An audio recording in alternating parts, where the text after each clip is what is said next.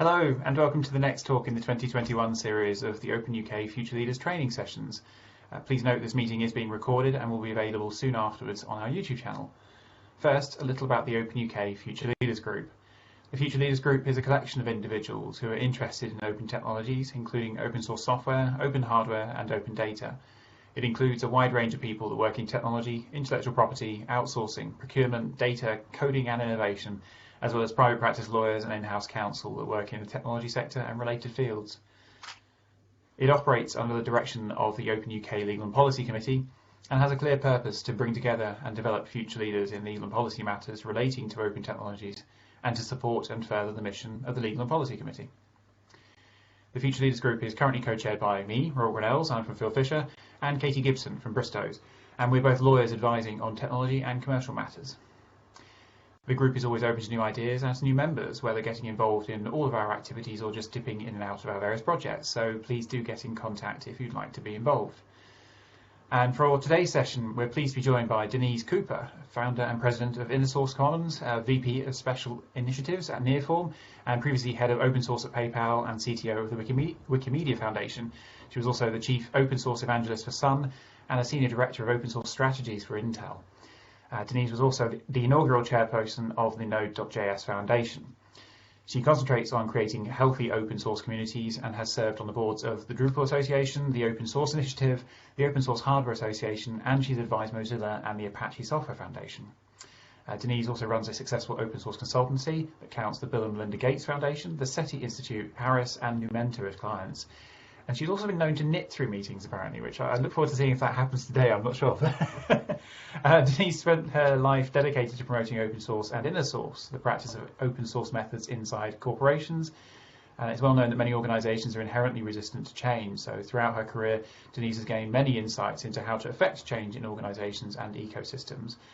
Denise is hoping to share some of these lessons with us in this session. As usual, we'll have a chance for any questions at the end, so please do pop them in the chat box. And we'll invite you onto voice and video to ask them yourself if you'd like to. Denise, welcome to our session today, and thanks for joining us. And over to you to talk about the story of the COVID tracker Ireland app and how open source can change the world. Is there a better subject? I mean, thank you for joining us. Yeah, thank you so much. I am going to share my screen now, which of course takes a few clicks. There we go. Hi, everybody. Let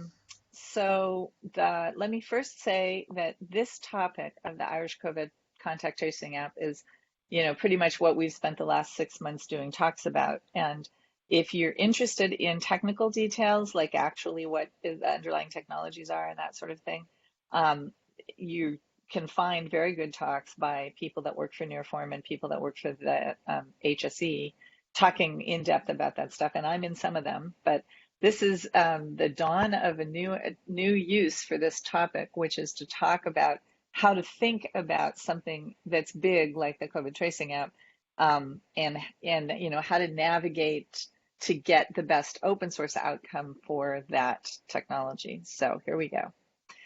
First of all, a little bit about me. I live in Western Ireland. I have done that basically since my country went insane in what happened.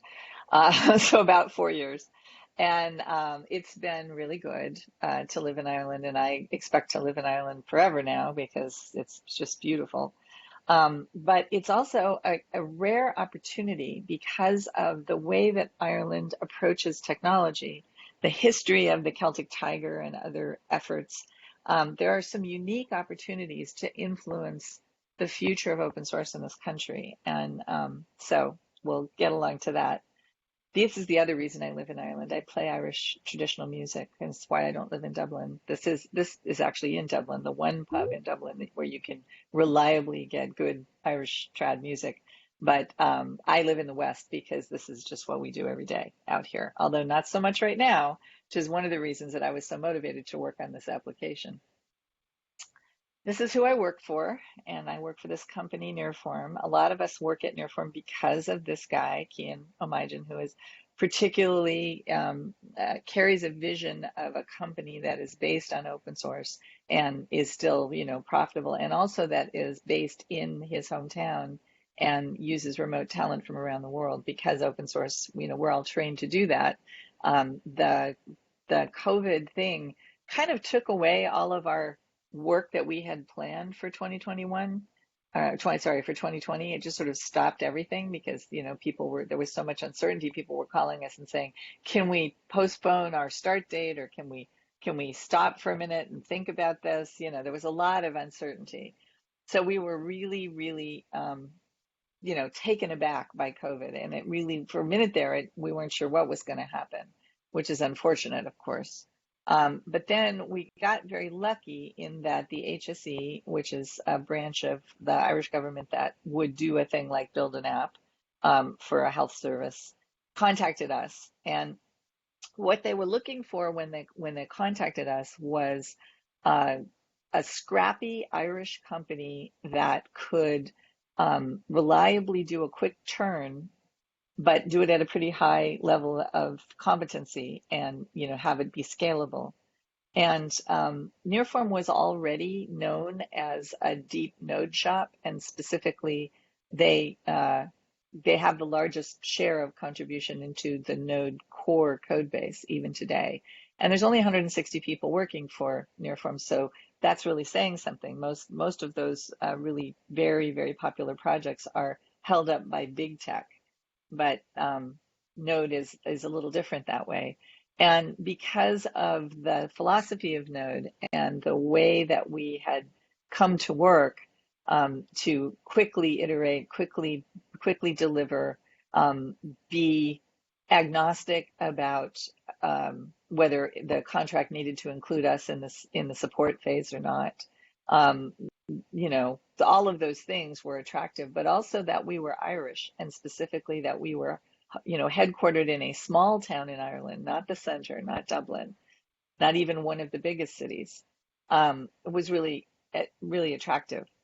I'd like to point out, this is in Irish, this screen. One of the challenges of working on anything in Ireland that's for public consumption is that you, of course, have to do it as Gaeilge in addition to English. So, all right. So the GAIN, or Google Apple Exposure Notification System, was not the first thing we tried. We actually built 3 fully working apps. And the first one was a central database architecture. It used Bluetooth Low Energy. It followed the sort of standard epidemiological requirements of I need a patient zero, which means you need to know where that person is located.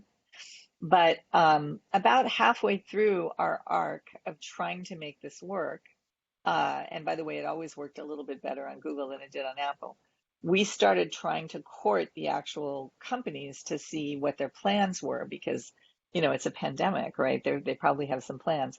We wanted Apple to extend the available APIs to allow us to do what we could do on the Google side. And so we started engaging in conversations with Apple. Now, this is not easy to do.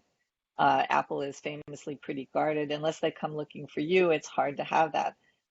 We were assisted, and I was very lucky to discover that one of my old bosses was actually running the team inside of Apple that was working on apps from Apple for this topic, right?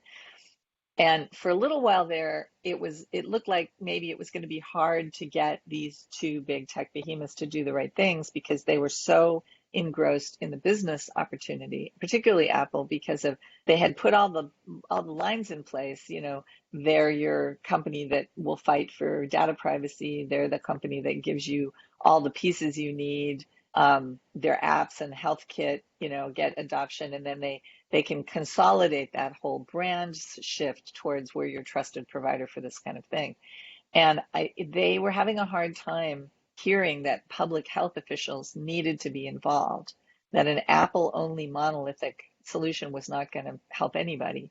And we worked pretty hard to have those conversations, and we did it from a point of disadvantage, because Apple is only 35% of the market in market penetration in Ireland, whereas in the US it's 65% of the handheld devices are Apple devices.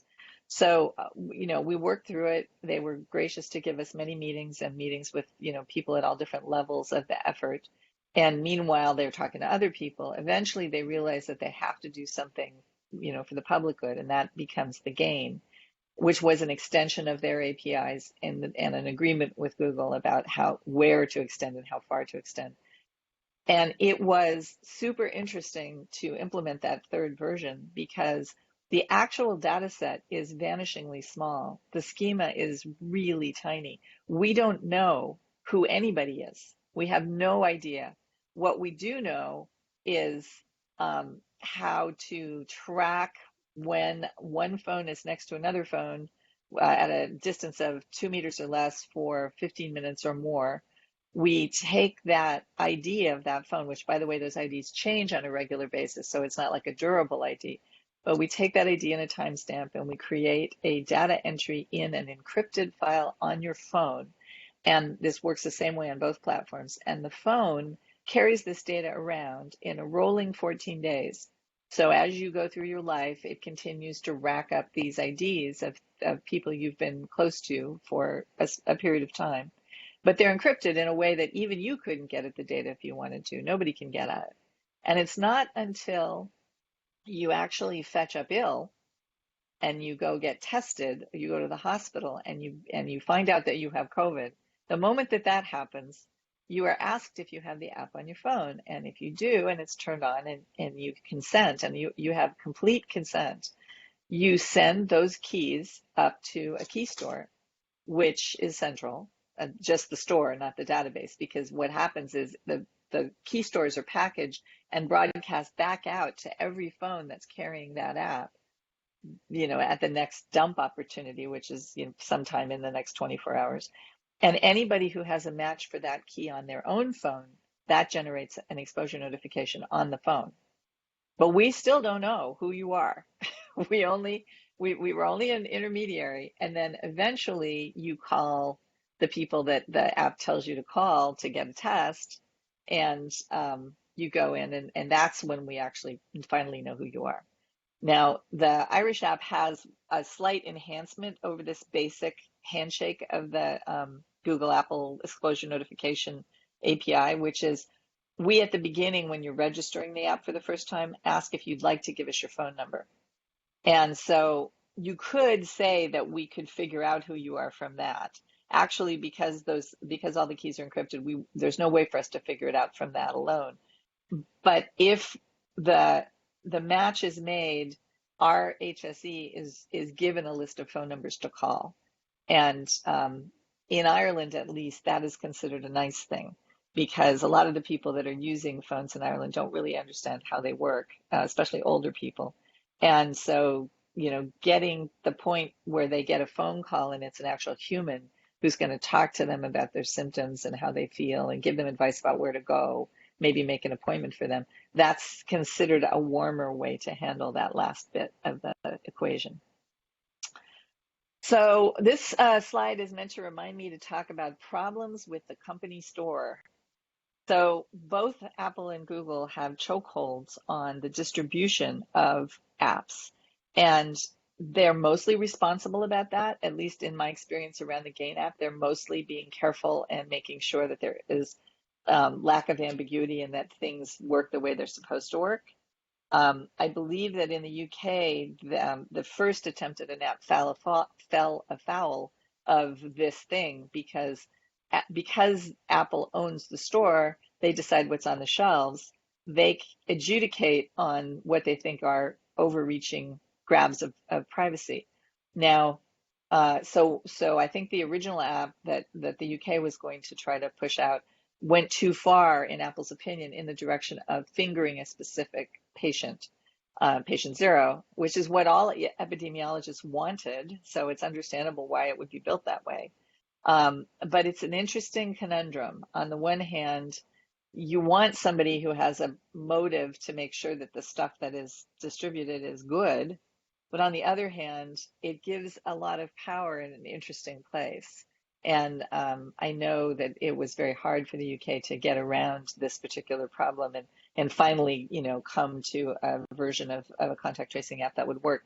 And in the meantime, you lose a lot of public belief as the press picks up these stories about spend, and they get worried. The public gets worried about, surveillance and undue privacy reaches.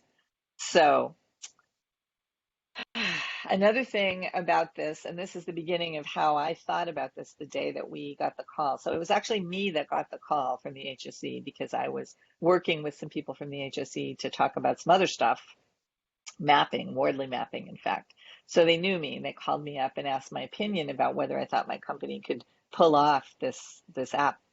And one of the very first things that I said to them was, listen, open source is about all the boats rising, all the boats, right? So I invite you to think about creating an app that could be useful to everybody in the world, not just to Ireland, because most people that are doing this are not going to think that way because they're rushing to solve an immediate problem.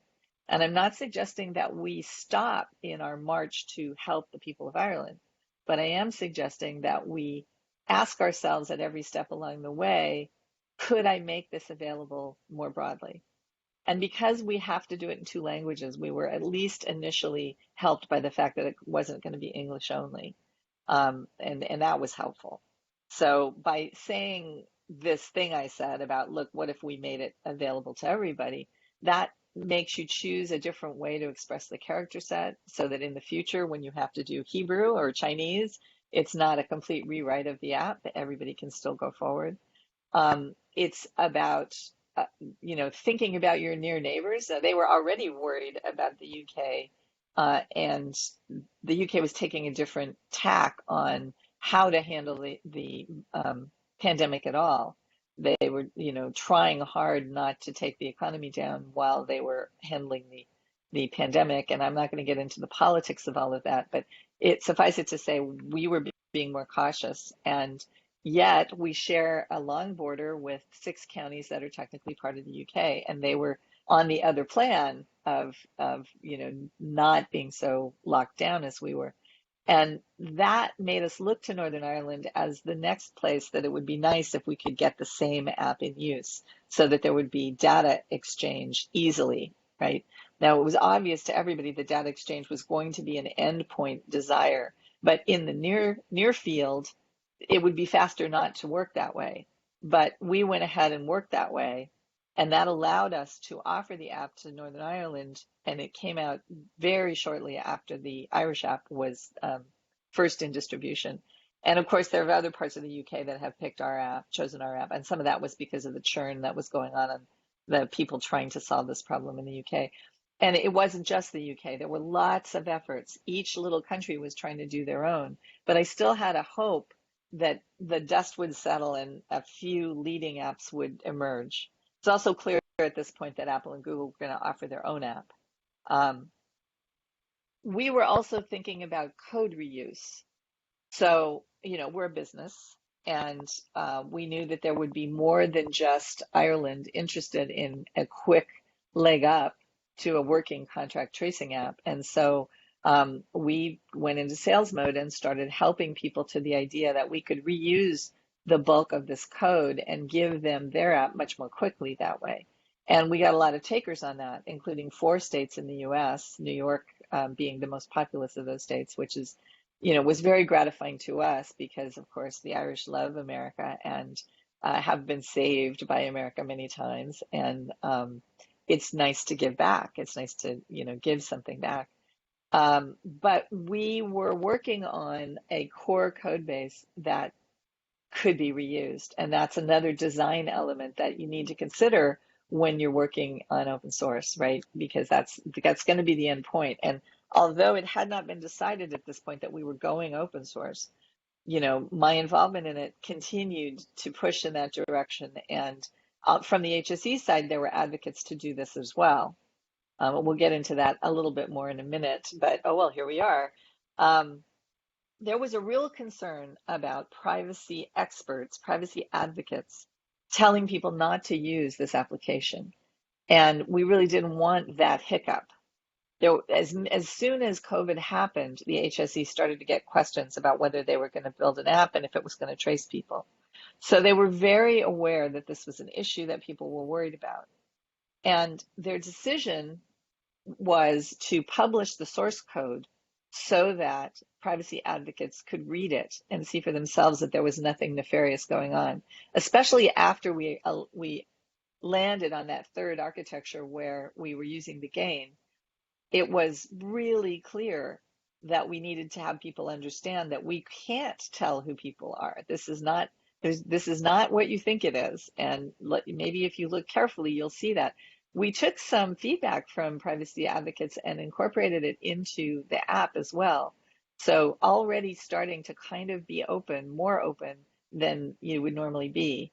There were other gain-based and non-gain-based contact tracing apps that had published their code, but it was usually done not, after the code was finished, they would then publish it. We actually published early, and that was a useful thing, as it turned out. Because when we did finally release the contact tracing app, privacy advocates actively told people in Ireland that it was safe to use. And how often does that happen? We were benefited, and I think many of these efforts were benefited from the fact that it was crazy times, and a lot of the forces of regulation and control that would normally get in the way of the kinds of things that we did were not being very active. We didn't have to go through a heavy policy review at the Irish Health Services level. That there was some conversation. It's not like they just, trusted us to throw something out. There definitely was a long period of testing. They used the Irish Army to test. And there was also a testing house that was not us, that was engaged to do the testing. But everyone acknowledges that there was lots of stuff that happened because the pandemic had everybody a little bit off their game. So I know for a fact that there was supposed to be a limited release of the app to lawmakers in Ireland to, before the rest of the world saw it, so they could try it and see what they thought. But it was only supposed to be a very small number, a handful of people, but it somehow managed to be given to everybody through the government control of provisioning of cell phones that they've given to people. And that meant that a lot more people saw it and had an opportunity than otherwise would have done, which really helped when all those TDs could go back to their constituencies and say, I've looked at this and I think it's grand, right? So anyway, not all the protocols were followed, is I guess what I'm saying here, and that was a good thing. All right, so eventually we have the contact tracing app. This was the original ad that the HSE put out for the public. This app had, at the time, the European Union was telling people that it should be a single purpose app that only looks at exposure notification. But in Ireland, we were convinced that that was not the right way to go. So our app is richer than any of the other ones were at that point. So it did do contact tracing, absolutely, but it also gave you data about what was going on in the country. And we've continued to evolve that data set. Right now, we also give you penetration of vaccines data. We give it by county and by electoral district, in addition to rolled up by country. And we also allow you to register your own health and your symptoms, because if you do fall ill with COVID, it can be useful to know which day before you realized you had COVID, you lost your sense of smell, for instance. They can work backwards from that to figure out where you are in the process of it growing in your body, and that can have effects on how you're treated. So we gave more options, is I guess what I'm saying. The gain exposure part of the app is the only part that happens no matter what. And the rest of it is all kind of as if you care to look at it. You can go to the screen or scroll down to the data. You can say that you feel fine or start talking about symptoms that you're having. And the symptom one, to tell you the truth, started out because when we first had a working version, we were in the middle of allergy season, and people were, thinking they were ill when actually all they had was allergies. So it was a quick way to help them figure out what, where they were. Anyway, here we are. The yellow scheme was picked by the government, not by Nearform, but it's very effective. So then, after Ireland had the app, after all of the UK folks that use this app had it, we, as I say, got approached by some of the parts of the United States. And New York in particular was very interested in us formally open sourcing this code. It was sitting out there to inspect if you were, privacy advocate. We actually didn't stop anybody from looking at it, but that's why we did it. But it wasn't an open source project. And I'm going to say here, people who believe that publishing the code means you've open sourced don't understand open source. Open source is not just publishing the code, flinging the code over the wall. Nobody cares. I mean, it worked very effectively to engage with privacy advocates once they could look at the code. But that's not the same as opening the code for reuse by people who aren't you and serving that community of users, including answering questions, changing things, taking in their changes. One of the first changes that we got on against the original release of the code for the privacy advocates was some guy down in Carsavine, which is a little town in Kerry, saying, "You've spelled my town's name wrong." Now, you might imagine this is a tried and true problem for Carsavinians. They don't disagree, or they don't agree with the official English language alliteration of their name. And so this is a piece of activism that they do. And we had a conversation inside of Nearform about what to do about that. And Nearform decided, the people that were actually writing the app, decided that they had chosen to use the postal address names for a reason, because it was, maintained by somebody else. It was public data. And one of the principles of open source is, take on the reuse where you can, basically. But this was an example of the public, having an opinion and taking the time to actually log into GitHub and give us a change. And I argued pretty strenuously for this. Is this really where the hill we want to die on? Don't we want people to feel connected to this work? And so the HSE made the decision that it was worth accepting those pull requests for name changes, and there were more than a few. Obviously, we filtered for ones where people were just being trolls, but it was a little bit more work, but it was worth doing. It was the beginning of what became COVID Green. So COVID Green was us bundling up our work and giving it to the Linux Foundation Public Health Initiative. Linux Foundation, a prominent US-based but global foundation that works hard to spin up projects around areas of human endeavor that maybe haven't been addressed yet, and then some famous projects like the Linux kernel. They were interested in the public health, and they approached us because they knew that we had the contact tracing app that had the broadest distribution at that point, thanks to some of the other countries and states that were picking us up. So we went ahead and gave COVID Green to them, and that satisfied the requirements of New York State. But at the same time, it helped them bootstrap the Linux Foundation Public Health Initiative, which now has thousands of members and is sponsoring research into lots of things, including an open source version of the passport, which we're all going to need to be able to say that we've been vaccinated recently or we haven't fallen ill. So anyway, that it's over at COVID Green. COVID Green is over at Linux Foundation Public Health, and anybody who's still looking to do a contact tracing app really should be looking at it. Interestingly enough, several countries that already had a contact tracing app have picked up COVID Green to do a rewrite, and the most famous of these is New Zealand, which is sort of the gold standard of how to handle this pandemic in many people's minds. They now use the COVID Green code base. And in fact, they have donated back the first new feature from outside of work that Nearform has done. So there you go. Now, I keep saying that lots of people use this app. This is actually a couple of screens shy of all the work that Nearform has done to put this in the hands of various different entities. And this continues to grow, believe it or not.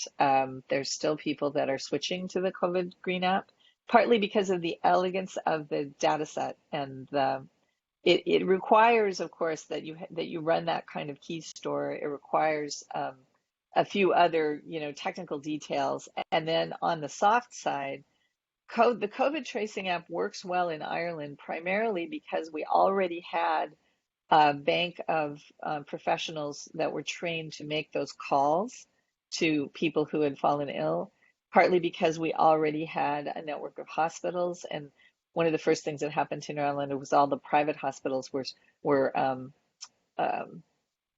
taken over by the state for the purposes of offering enough beds for intensive care, because we didn't have enough beds just based on the public hospitals. We have never topped out on our bed use because we shut the company or the country when the numbers get too scary, and it's been hard. You know, it's they've been extraordinarily vigilant about this whole thing.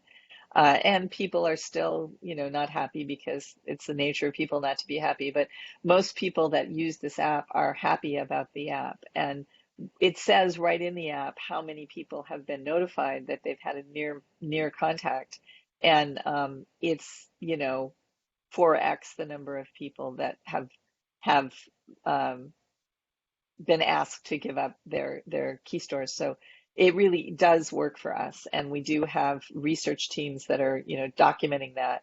The UK's got some really good research that they've been releasing now too about the current app and how its effectiveness. And measuring the effectiveness of contact tracing is really an important thing, because contact tracing is what stopped SARS-1, and we're going to be living with this now for the foreseeable future. So getting this right and getting it supported properly, debunking concerns, and especially working with governments that misunderstand how to do this and do the wrong things, then it hits the media and scares everybody. These are important things to do right now. All right.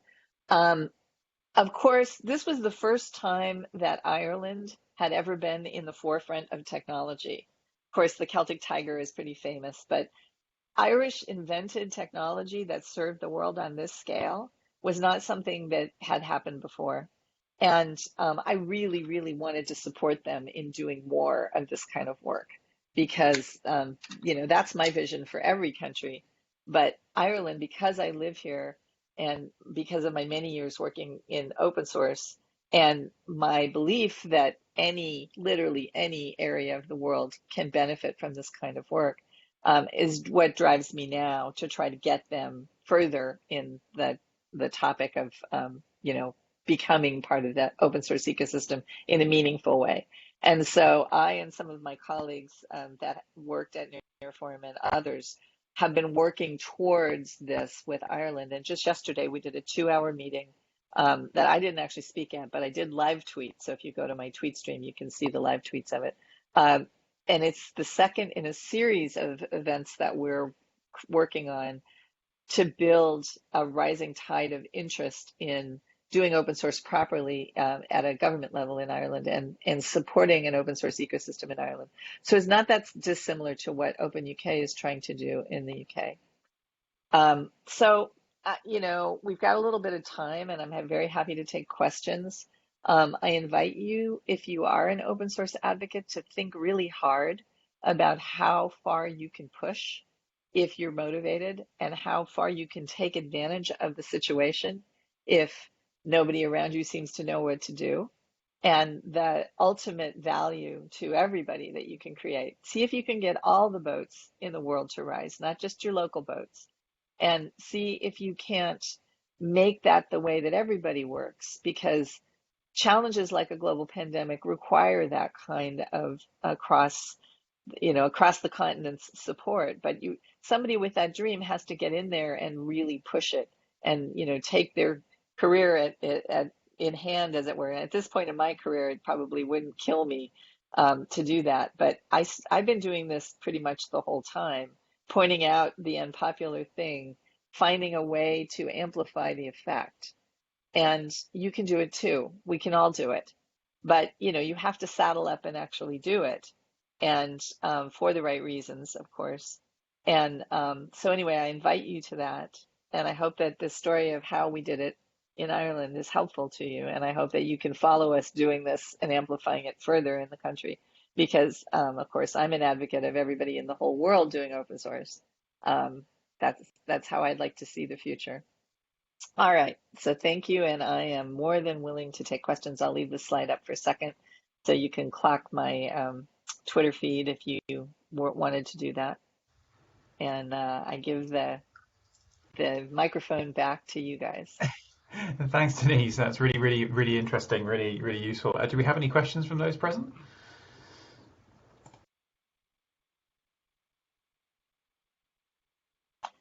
It's usually hard to get your first question. Usually Amanda helps breaking the ice, but Yeah, I'm just thinking that it's my turn, but I'm not sure. I've got so many questions. Can you talk a bit more about the fact that your app was much richer than the others and what that was all about and why, and what do you think that will lead to long term? Sure. So again, the European Union really wanted single-use apps for contact tracing. And I think that they were trying to keep the app from getting overly gamified or otherwise devolving from the prime directive of what it was for. And I think there's also a sort of truth in advertising thing about that. If you think you know why you're downloading an app and putting it on your phone, you don't want a bunch of stuff that isn't part of that. So all the pieces of our app are part of contact tracing or part of COVID response. So it's just not like we, tried to also sell lottery tickets or something else. But and it's not really gamified at all. You don't get, aside from a quick screen that says we're glad to hear you don't feel, that you feel well, if that's how you check in, you don't really get a ton of stuff from us. But we have really good concrete feedback from the people of Ireland who appreciate the daily stats on, what's going on around them. Last summer, when COVID had abated a little bit and people were able to plan vacations in Ireland, a lot of people made their choices based on what it was saying about where was safe. Now that was a double-edged sword a little bit because that meant that every beauty spot in Ireland suddenly had a bunch of new people. And I think it'll be interesting to see how that's handled this summer. But every feature that we've added that is not just the exposure notification has been useful to somebody, and we've gotten that feedback from people. So Ireland often does things a little bit differently than what the EU tells us to do. Uh, Although we're proud members of the EU, and we were very proud to, be able to offer this app to other parts of the EU. And we did use the encryption that was developed in Germany and recommended by the European Commission. So, we weren't entirely off the reservation. But in the conversation inside of Ireland, we did have to justify the inclusion of those additional features before we released the app. There was a lot of close scrutiny. And in fact, there's another little factoid that I haven't mentioned yet about all of this. There was a paper that came out of Oxford shortly before we released our app that basically said you shouldn't bother with contact tracing unless you can get 60% penetration in your populace, right? We have one of the highest penetrations in the world, but it's still only 45%. There are countries that have gone further than that. They've mandated that you have the app on your phone and that it be turned on. And of course, they've got higher numbers. But for a voluntary country, we've got the highest, right? But there were people in the Irish government who felt that the whole exercise was going to be a waste of time because of this report from Oxford. And we actually contacted the scientist in question because if you read the paper carefully, you could see that he didn't say what was quoted by the media. The media picked up a soundbite that looked juicy, and then it used its terrible power to amplify that soundbite to bad effect. So that scientist wrote a retraction, a rebuttal to the case, and basically said, if contact tracing is the only thing you're doing, then you're going to need a pretty high percentage. But in Ireland, it was not the only thing we were doing. It was part of a coordinated plan. And now that we have efficacy numbers, both from the UK and from Ireland, we've debunked this problem completely. But we did have to go through a fair number of ministers and explain to them, patiently with pictures, why this wasn't actually what was said and how the media can get it wrong and really cause problems. So that's fascinating. I listened to a Radio 4 interview, which I think is where they picked it up. And what he was talking about was the gold standard being WhatsApp, and that WhatsApp had 60% penetration. And that's what you would measure against as being something that was, really penetrating the marketplace. And I think that's where it got spun out of. It was really interesting at the time. Just while I still have the opportunity to ask, Open UK has joined the Linux Foundation Public Health Group and will get more involved, I hope, over the next few months and years. Can you talk a little bit more about the work that group's doing? Because I know you're really involved with it. yeah, so Linux Foundation Public Health, as I said before, is an effort that was spun up.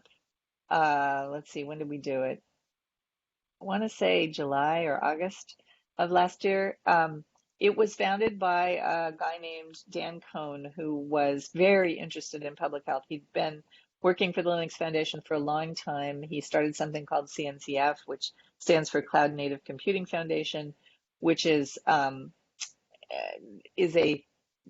it's basically pushing forward the idea of cloud computing, which, even people who aren't very technical have heard that term now. He was very successful in that role as ED of that effort. And he asked Linux Foundation's head, Jim Zemlin, if he could do this other thing, a Linux Foundation Public Health. And he worked very hard on it. And the reason I'm using a past tense pronoun about him is, unfortunately, he discovered shortly after we launched that he had contracted cancer, and a very virulent form that was pretty advanced. And he passed away not too long after that. And so the Linux Foundation Public Health is now in the hands of Brian Bellendorf, who co-founded the Apache Software Foundation. So he's the executive director. And Brian and I have worked together across the aisle on many, many projects over the years. I think he's the best possible successor to Dan Cohn. And as luck would have it, Brian and I worked at the dawn of the Obama administration on something called Connect, which was a public health effort funded by the White House to create a road system for medical records that was HIPAA compliant. HIPAA is like GDPR, but for medical stuff in the U.S. And so that was, if I remember correctly, 27 different federal agencies signed on to make that work, and it was heavy, heavy lifting. But Brian and I worked on that. He worked on it from the White House side, and I worked at it from the open source community side. And so we're really comfortable working this way, he and I. The Linux Foundation Public Health Initiative has various pieces of work going on. There's an open source design-led group that's trying to optimize the best interfaces for this stuff. There's most easily understandable and easiest to ingest, basically. There's a group that's working just on research and publicizing research. There's a group that's working on implementing GAIN, which of course the people from Nearform spend a lot of time on that group. There's a Nearform guy that's in charge of the technical steering committee, James Snell, who was also in charge of the Node technical steering committee. So he's got good experience creating very large open source projects to good effect and scaling them up. And all of this work, there are other pieces of work as well. They have a council for public health authorities. And public health authority is an umbrella term that does not properly indicate that there are people who are experts in technology who are public health authorities, and there are people who are really, really lost about technology, but they're, work in public health in their area. And so that group is pretty broad, and getting everybody on the same page is most of the work that's going on there, but also advocating for what they care about. I serve on the board of the Linux Foundation Public Health on behalf of Nearform as a member, and I'm really proud to be doing that work. And the Linux Foundation was the perfect place for this particular effort because of their global reach and the resources that they have. So was that enough, Amanda? That was absolutely perfect. Thank you. Yeah, sure, no worries. Robert, do we have any other questions? I was going to say it. Katie, go for it. Yeah, I was going to ask, my first question was, what were your initial thoughts when you got the phone call?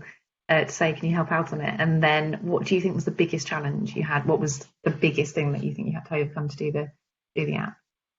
Okay, so the initial thought, we were so kind of blown out of the water as a small company by the effects of a pandemic on us, right?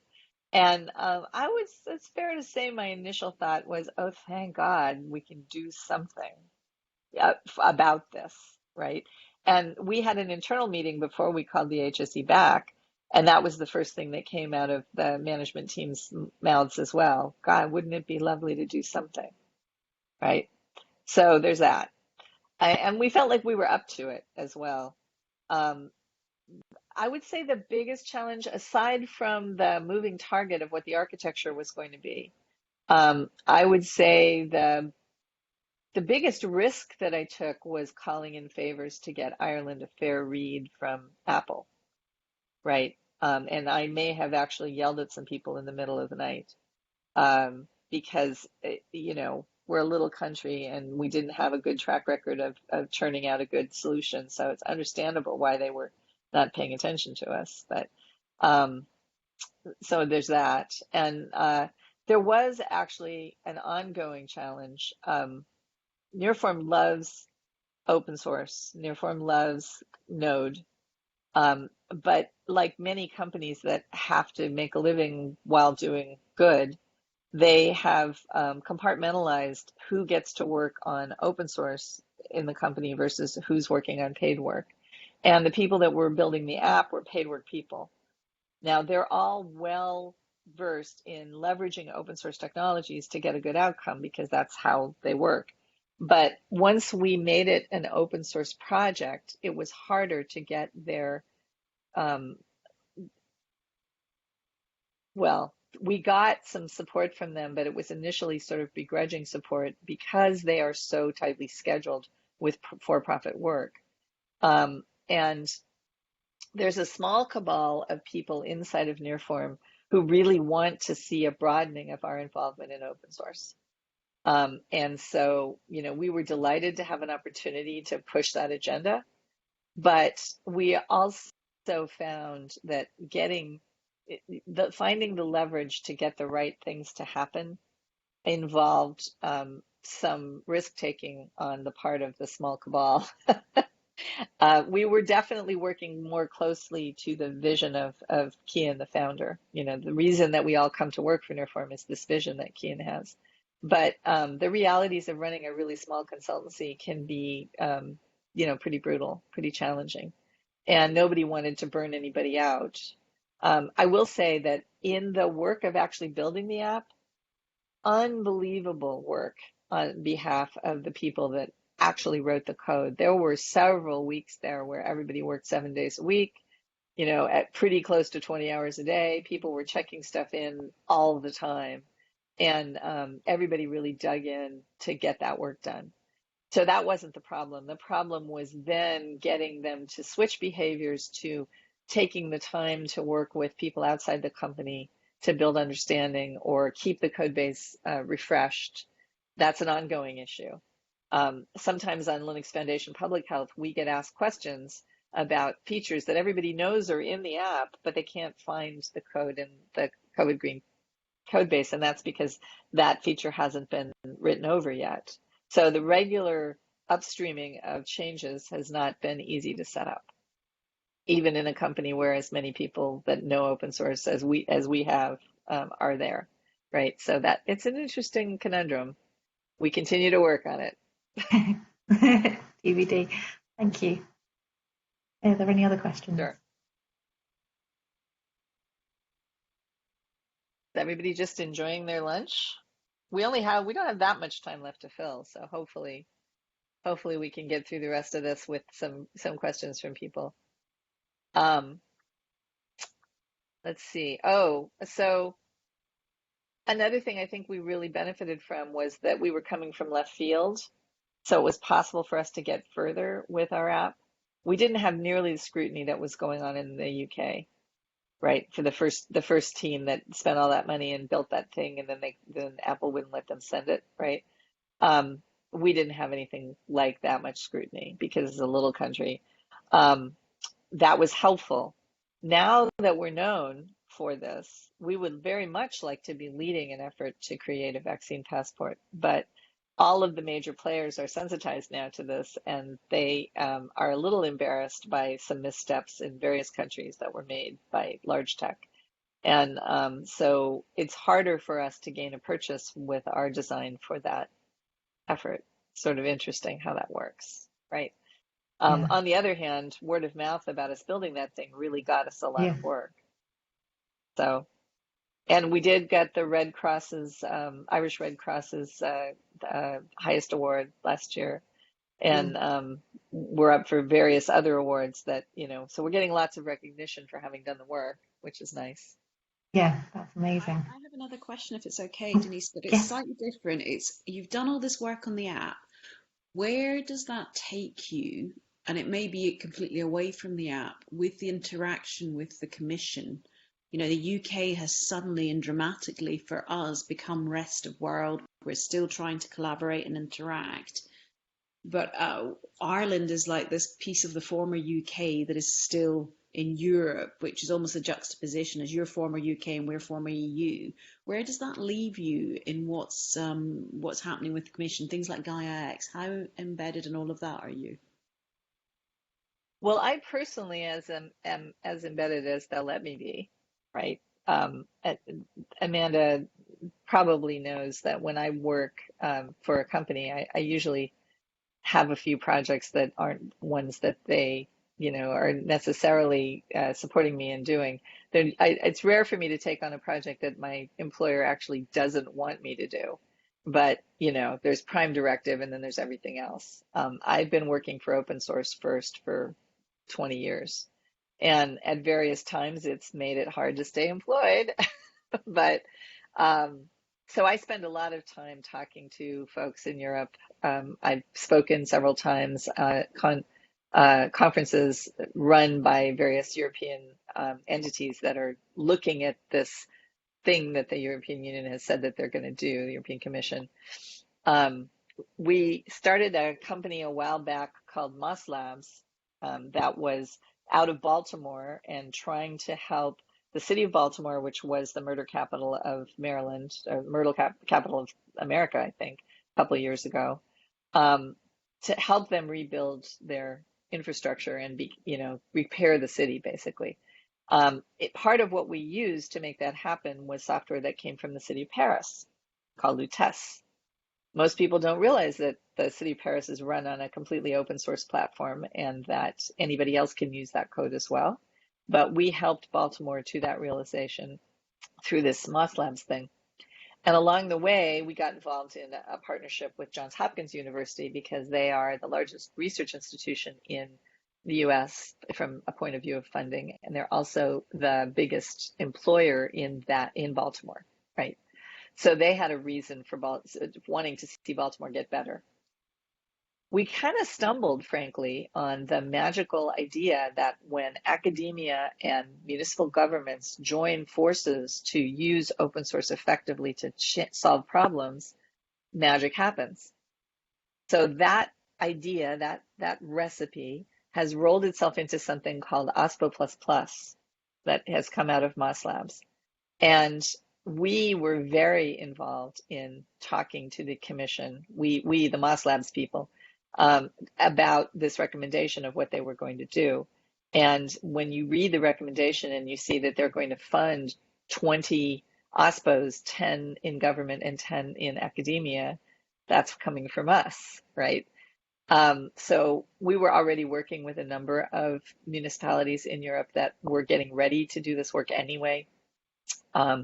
It's very important, I think, that we work together to develop materials that help these people do it properly so they don't buy into some twisted lock-in version of how to do this that's offered by some big global multinational. And happily, that's part of why they're doing this, is they want to stay away from the global multinational effect, although the initial conversations about Gaia-X don't actually bear that out, which is a little troubling. But I have had conversations ranging from researchers who think it would be okay to change the OSD in favor of the outcomes that Europe is looking for, which I have to get in front of and say, no, you don't get to redefine open source any more than anybody before you has been able to do that. It's hard. It's a hard lesson. But yeah, I've been very involved, and I'm really looking forward to continuing that work. And I think Nearform is also pretty interested in that work coming up. We have gotten LIRO, which is the Software Research Institute in Ireland, and has members in all the major universities in Ireland, to set up an OSPO ++ OSPO. And the ++ means it's not just software, it's also for open data, open hardware. And the second plus means, and it's a network. So our OSPO at LIRO will connect to OSPOs in other academic institutions. And when and if we get the European government to agree to set up a federal level OSPO, then it will work with the LIRO OSPO, but also the OSPOs in other parts of Europe. So yeah, pretty involved. Thanks for asking, Amanda. Thank you so much, Denise, for such an interesting talk today. I hope everyone's enjoyed it. It was certainly a really fascinating story. So next week we've got Robert Pocknell of the Fair Search Alliance on Standard Essential Open. And also in May we've got a talk about NASA and Linux on Mars. So hopefully see people there next week and in the coming weeks and months to come. Thank you. Thank you so much. Thank you. Bye-bye now.